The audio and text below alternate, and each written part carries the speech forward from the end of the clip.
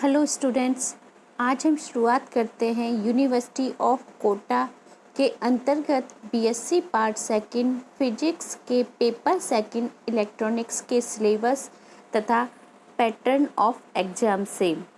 Electronics के syllabus को university of Kota के अंतर्गत 5 यूनिट्स में डिवाइड किया गया है। Unit first, unit second, unit third, unit fourth और यूनिट 5।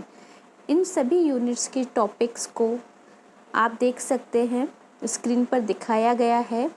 यूनिट फर्स्ट के जो टॉपिक्स हैं वो हैं circuit analysis, network related, some important definitions, loop and nodal equation, Kirchhoff law, driving point and transfer impedances, 4 terminal network parameters, open circuit, short circuit and hybrid network theorems like superposition, Thevenin, Norton, reciprocity, compensation and maximum power transfer.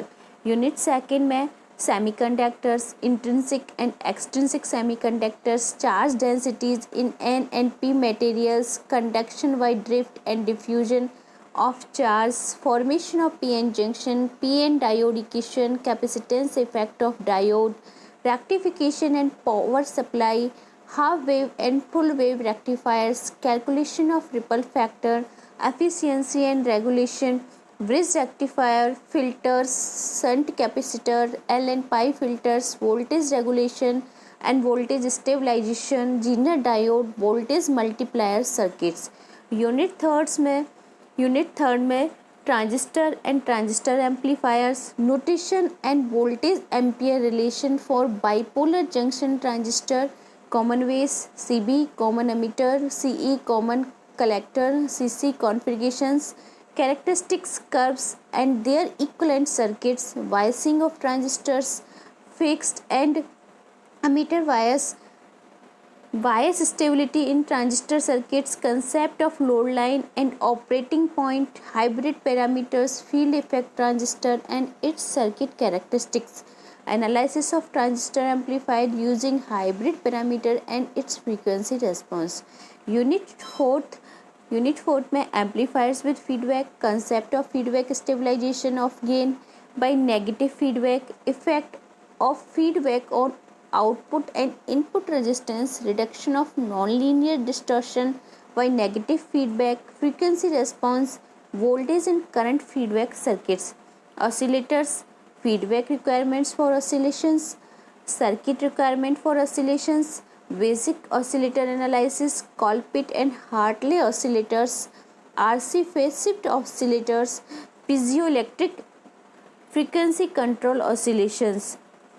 Unit fifth में operational amplifier op amp, differential amplifier, DC level shifter, operational amplifier, input and output impedances, input offset current, application of op amp, unity gain buffer, adder, subtractor, integrator and differentiator, comparator, waveform generator, voltage regulator using integrated amplifiers. Digital circuits.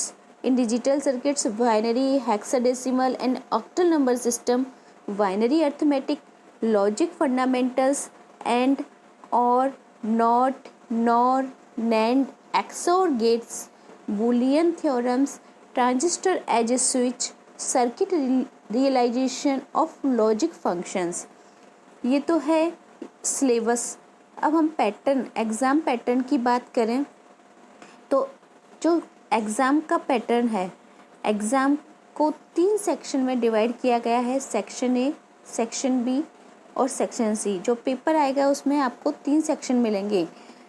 Section A में आप देख सकते हैं कि आप 10 parts होंगे, मतलब 10 छोटे छोटे क्वेश्चंस पूछे जाएंगे और जिसमें से हर यूनिट में से 2-2 क्वेश्चन लिया जाएगा, जिसकी जो शब्द सीमा है वो 20 शब्द है और प्रत्येक क्वेश्चन का जो अंक है वो आधा अंक होगा और सारे क्वेश्चन करना आपको कंपलसरी होगा. इस तरीके से इस सेक्शन का जो कुल अंक होगा वो 5 अंक 5 मार्क्स होगा. सेक्शन बी में बात करें तो सेक्शन बी में 10 क्वेश्चन पूछे जाएंगे, जिसमें से 10 क्वेश्चन पूछे जाएंगे। 2 क्वेश्चन प्रत्येक यूनिट से लिया जाएगा, जिसमें से आपको हर यूनिट में से एक क्वेश्चन लेते हुए 5 क्वेश्चन अटेम्प्ट करने होंगे। मतलब आपको हर यूनिट में से 2 क्वेश्चन में से एक क्वेश्चन करना अनिवार्य होगा। इसकी शब्द सीमा 250 वर्ड्स है प्रत्येक क्वेश्चन की, और प्रत्येक क्वेश्चन का जो मार्क्स है वो 5 मार्क्स होगा। इस तरीके से आपको इस सेक्शन में से 5 क्वेश्चन करने होंगे तथा इस सेक्शन का जो कुल अंक है वो 25 मार्क्स का होगा। सेक्शन सी की बात करें तो सेक्शन सी में 4 क्वेश्चन पूछे जाएंगे, जो कि डिस्क्रिप्टिव टाइप होंगे। इन 4 क्वेश्चन में से आपको कोई भी 2 क्वेश्चंस अटेम्प्ट करने होंगे। इसकी क्वेश्चन की जो शब्द सीमा है वो 500 शब्द होगी। इस तरीके से 2 क्वेश्चन आप अटेम्प्ट करेंगे और एक क्वेश्चन का जो अंक है वो 10 नंबर का है। इस तरीके से इस सेक्शन का जो कुल अंक होगा वो 20 होगा। आप देख सकते हैं जो पेपर होगा उसका कुल अंक 50 अंक का होगा। अब हम यूनिट फर्स्ट के सिलेबस से बात करें। यूनिट फर्स्ट में हम क्या क्या पढ़ेंगे। यूनिट फर्स्ट रिलेटेड है सर्किट एनालिसिस से, जिसकी विषय सूची आपको दिखाई दे रही है। इसमें हम पॉइंट फर्स्ट में पढ़ेंगे कुछ महत्वपूर्ण परिभाषाएं, some important definitions related to the purpose से रिलेटेड। दूसरा पॉइंट है किरचॉफ के नियम। किरचॉफ के जो 2 नियम हैं उनके बारे में पढ़ेंगे। तीसरा पॉइंट है परिचालन बिंदु प्रतिबाधा तथा आंतरिक प्रतिबाधा। 4th पॉइंट है चतुर टर्मिनल जाल या द्विधारक जाल, जिसे को हम द्विधारक जाल भी बोलते हैं, तथा इसके प्राचल। लास्ट पॉइंट है आपका 5th पॉइंट जाल प्रमेय। जाल प्रमेय में हम नेटवर्क से रिलेटेड जो मेन प्रमेय हैं उनके बारे में हम पढ़ेंगे। परिपथ विश्लेषण में हम कुछ महत्वपूर्ण परिभाषाएं पढ़ेंगे। सबसे पहली है जाल। जाल क्या होता है। जाल विभिन्न विद्युत चालक अवयव जिनसे विद्युत का चालन होता है, जैसे कि प्रतिरोध, प्रेरकत्व, संधारित्र, डायोड, ट्रांजिस्टर, तथा विद्युत स्रोत जैसे कि वोल्टेज स्रोत, धारा स्रोत आदि के संयोजन से बने परिपथ तथा एक दूसरे से संबद्ध परिपथों के समूह को जाल कहते हैं। जाल को विद्युत स्रोत की उपस्थिति के आधार पर 2 भागों में विभाजित किया गया है, निष्क्रिय जाल और सक्रिय जाल। निष्क्रिय जाल, यदि जाल में विद्युत स्रोत ना हो तो ऐसे जाल को हम निष्क्रिय जाल कहते हैं। यदि विद्युत स्रोत किसी जाल में उपस्थित हो तो वह जाल सक्रिय जाल कहलाता है।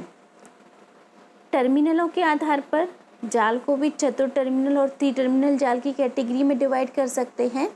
चतुर टर्मिनल जाल, यदि जाल में 2 सुस्पष्ट अलग टर्मिनलों के युग्म हों, अर्थात 2 निवेशी व 2 निर्गम टर्मिनल हों, तो ऐसे जाल को हम चतुर टर्मिनल जाल कहते हैं। त्रि-टर्मिनल जाल, यदि चतुर टर्मिनल जाल के निवेशी व निर्गम टर्मिनलों के युग्मों का एक टर्मिनल उभयनिष्ठ हो तो वह त्रि-टर्मिनल जाल कहलाता है। नीचे जो चित्र दिया गया है उसमें चतुर टर्मिनल जाल और त्रि-टर्मिनल जाल को दिखाया गया है। यहाँ पर ये चित्र चतुर टर्मिनल जाल को प्रदर्शित करता है, जिसमें निवेशी टर्मिनल का युग्म है 1 और निर्गम टर्मिनलों का युग्म है 2। इसी प्रकार यहाँ पर त्रि-टर्मिनल जाल को दिखाया गया है, जिसमें से चतुर टर्मिनल जाल के कोई 2 टर्मिनलों को उभयनिष्ठ कर दिया जाता है। चित्र में देखेंगे यहाँ पर निवेशी टर्मिनल 1 और निर्गम टर्मिनल 2 को उभयनिष्ठ कर दिया गया है। इसी प्रकार चित्र 2 में निर्गम टर्मिनलों के दोनों टर्मिनलों को उभयनिष्ठ कर दिया गया है। स्रोत दूसरी डेफिनेशन आती है हमारी स्रोत, सोर्स। सोर्स विद्युत स्रोत, शक्ति स्रोत या ऊर्जा स्रोत, कुछ भी कह सकते हैं। विद्युत परिपथ में दो प्रकार के शक्ति स्रोत प्रयोग में लाए जाते हैं। एक तो होता है वोल्टा स्रोत, वोल्टेज सोर्स, और दूसरा होता है धारा स्रोत, करंट सोर्स।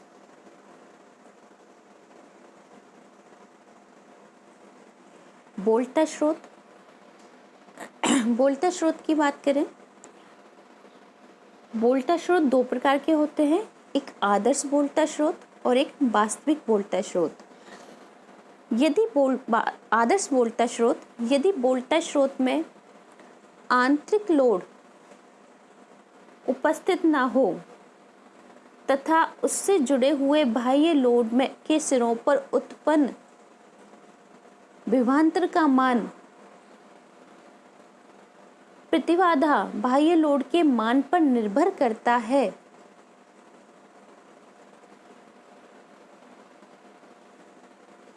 मान पर निर्भर नहीं करता है, तो इस प्रकार का वोल्टा स्रोत आदर्श वोल्टा स्रोत कहलाता है। मतलब कि यदि वोल्टा स्रोत में आंतरिक लोड या प्रतिबाधा उपस्थित नहीं है तथा उस वोल्टा स्रोत से जुड़ा हुआ जो बाह्य लोड या प्रतिबाधा है उसके सिरों पर जो उत्पन्न विभवांतर है वो उस प्रतिबाधा के मान पर निर्भर नहीं करता है, अर्थात प्रतिबाधा के अलग अलग मानों पर भी उसके सिरों पर उत्पन्न जो वोल्टा है वो स्थिर रहती है।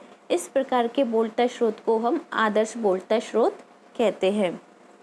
दूसरा है वास्तविक वोल्टा स्रोत। आदर्श वोल्टा स्रोत व्यवहार में लाना असंभव होता है। जो हम वोल्टा स्रोत प्रयुक्त करते हैं वो वास्तविक वोल्टा स्रोत होते हैं।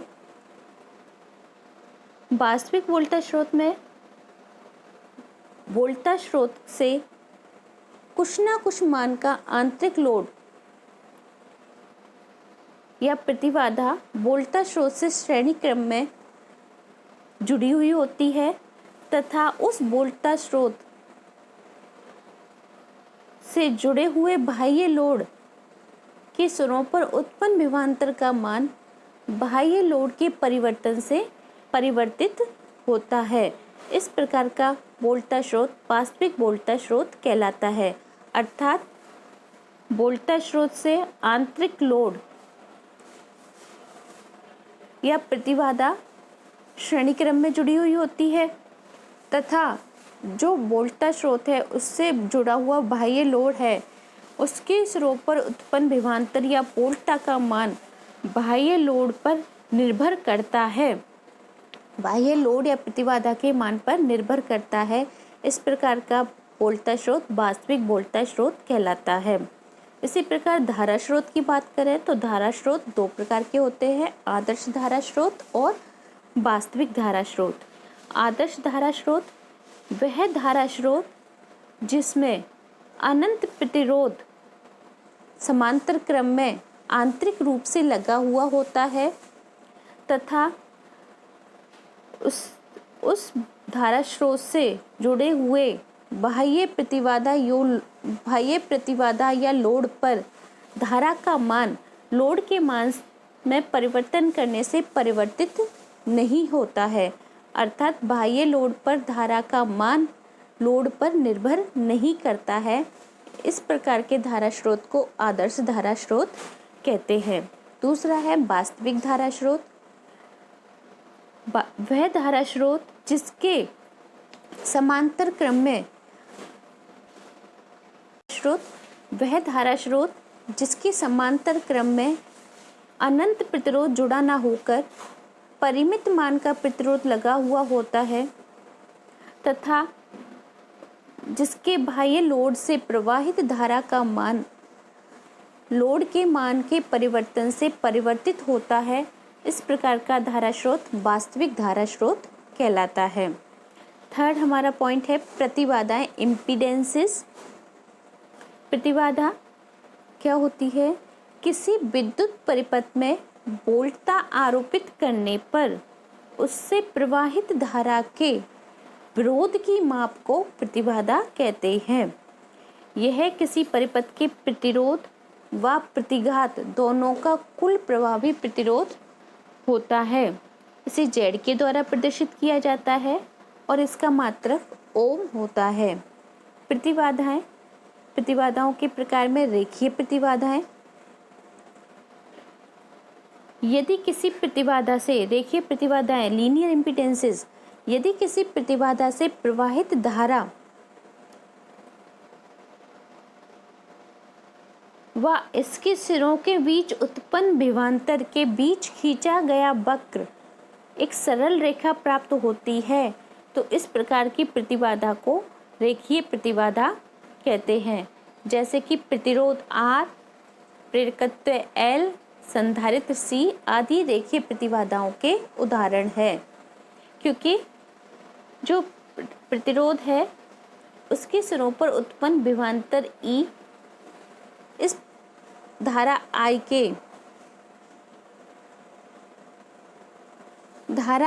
के समानुपाती होता है, अर्थात E और I के बीच खींचा गया वक्र एक सरल रेखा प्राप्त होता है और जिसका ढाल R के बराबर होता है।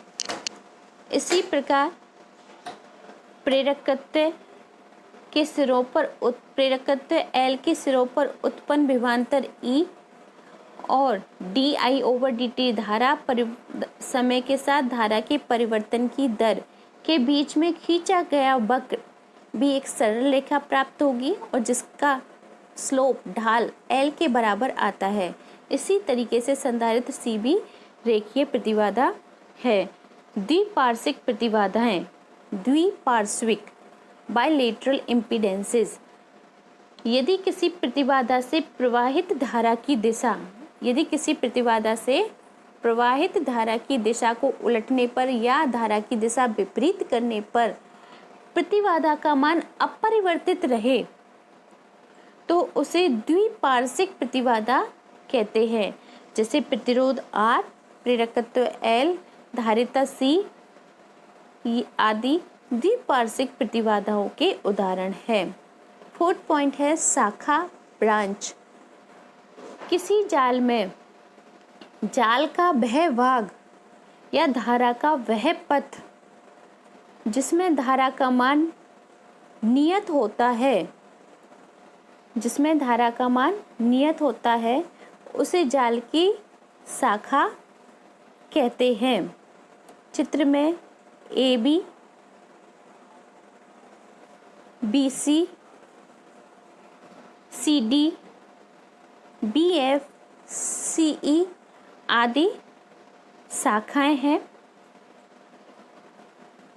संधि या नोड। किसी जाल में जिस बिंदु पर दो या दो से अधिक शाखाएं मिलती है उसे संधि या नोड कहते हैं। परिपथ के बिंदु B, C, E तथा F आदि नोड या संधि के उदाहरण हैं।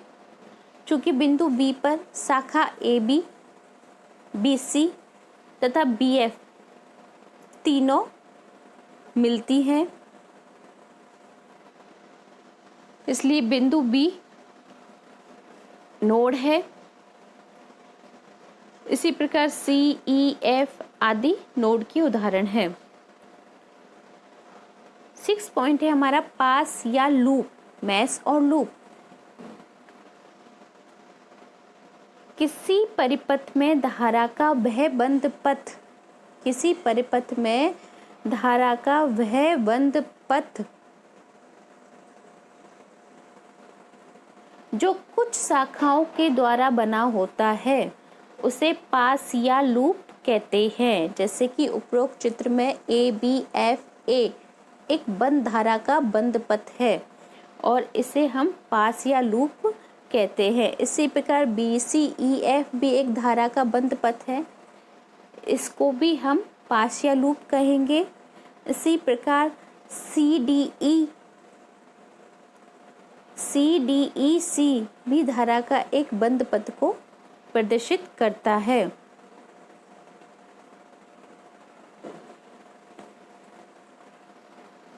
किरचॉफ के नियम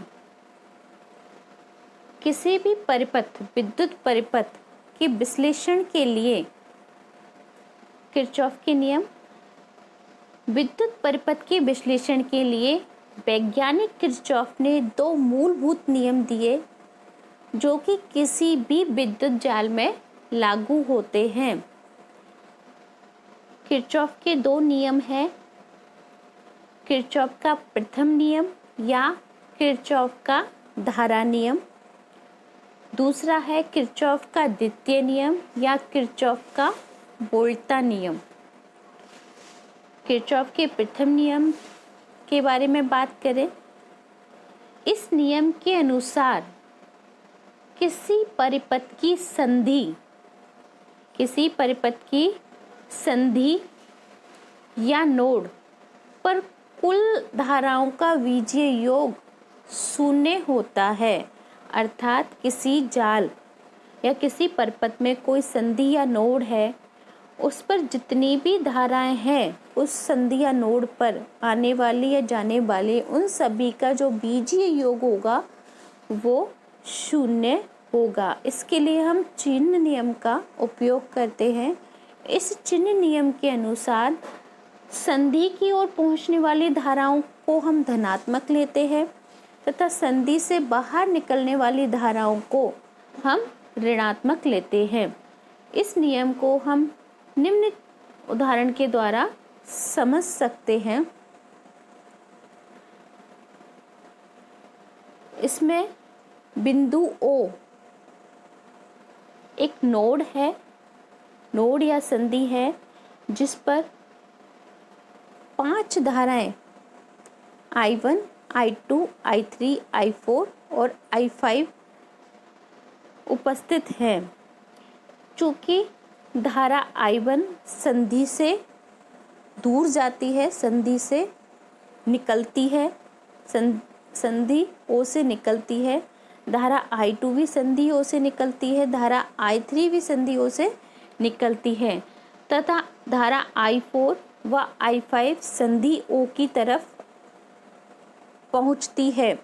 इस तरीके से धारा I1, I2, I3 को हम ऋणात्मक लेंगे तथा धारा I4 व I5 को हम धारा I1, I2, I3 को हम ऋणात्मक लेंगे तथा धारा I4 व I5 को हम धनात्मक लेंगे।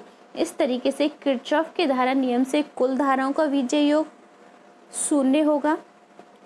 चिन्ह नियम का उपयोग करने पर -I1 -I2 -I3 plus I4 plus I5 equals to 0।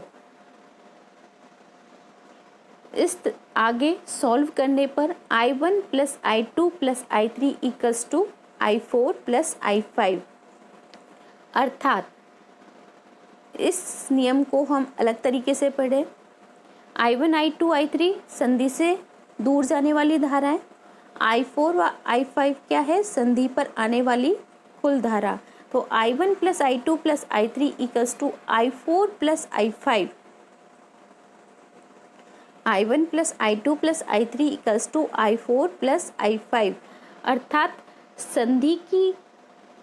संधि से दूर जाने वाली धाराओं का कुल बीजीय योग इक्वल्स टू संधि पर आने वाली कुल धाराओं का योग।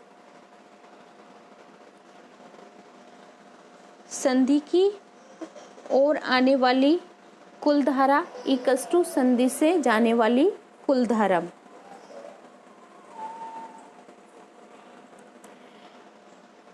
किरचॉफ का जो प्रथम नियम है वो आवेश संरक्षण के नियम के तुल्य है, क्योंकि एक तरीके से देखें कि किसी संधि या नोड पर कुल आने वाला आवेश इक्वल्स टू किसी